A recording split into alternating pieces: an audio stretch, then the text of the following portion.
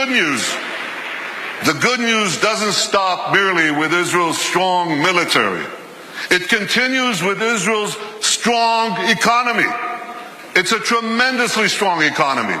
And I'll tell you, we made it stronger by moving Israel to free market principles, which unleashed the spark of genius embedded in our people into innovation, entrepreneurship.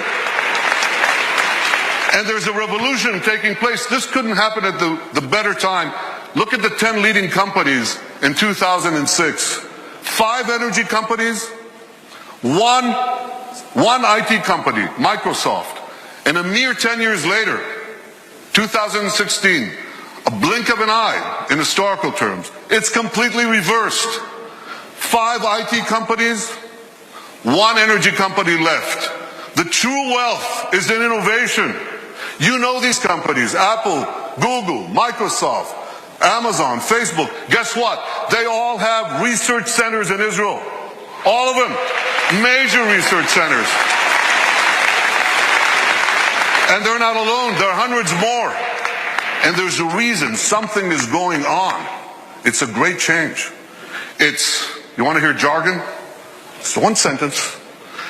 This is a terrible sentence, but I have no other way to say it. It's the confluence of big data, connectivity, and artificial intelligence. Okay?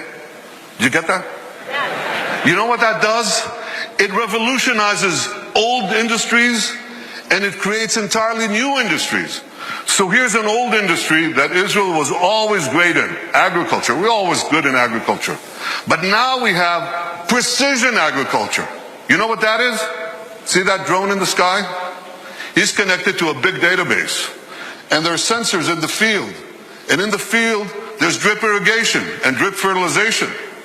And now we can target, with this technology, the water that we give, the fertilizer that we give, down to the individual plant that needs it. That's precision agriculture. That's Israel.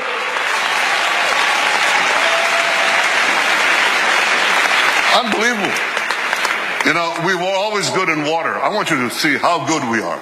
So we recycle almost 90% of our wastewater.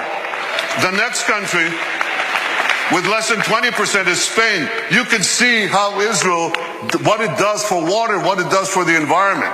So when you take these two things, agriculture and water, and the other technologies that we apply in both, we can change the world. We are. We are. I just heard about an African woman in Africa has to walk 8 hours a day to give water to her children. 4 hours one way to a well, 4 hours back.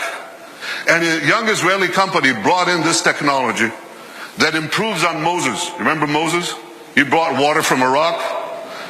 They bring water from thin air. They bring water to Africa, to millions of people in Africa. Israeli technology. And I was just recently in India. That's my friend, Prime Minister Narendra Modi. Great friend.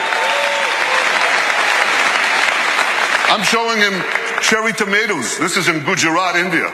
This is Israeli technology. And what I heard there was fantastic. Farmers came from the region. There's an experimental farm there and a place where Israel gives technology know-how to Indian farmers. 65% of India's population are farmers. And one farmer after the other gets up and says, because of Israeli technology, I've increased my crop yields and my income 3 times, 4 times, 5 times. Israel is changing the world in India, in Asia, in Africa, in Latin America, everywhere. These are the old industries. Now they're new industries. Israel is literally, how can I say this? Israel is literally driving the world. I'm talking about autonomous vehicles. Israel is the world leader in autonomous vehicles. 500 tech companies that sprang out almost instantaneously. And one of them, Mobileye, up there on the left, was just sold to Intel for the paltry sum of $15 billion. But the interesting thing is, that Intel said to them, here are the keys to our 30 worldwide autonomous vehicle businesses. You run it.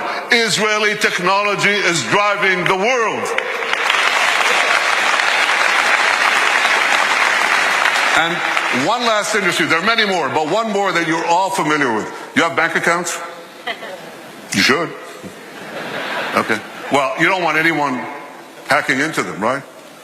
Or into your cars, or into the planes you ride.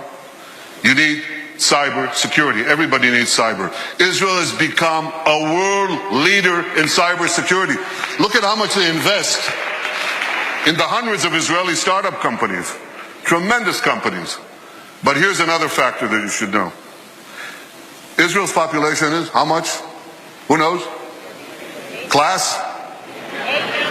8 million. It's closer to 9, but it's about between 8 and 9 million. That's correct. And what percentage of that is of the world's population? Oh, come on. It's 1/10 of 1%. So what percentage do we get of the world global investment in cybersecurity, in private investment in cybersecurity? We're 1/10 of 1% of the world's population, and we get a whopping 20% of global private investment in cyber. We're punching 200 times above our weight. Not 2 times, not 10 times, not 100 times, 200 times above our weight. That's one heck of a punch. Very strong.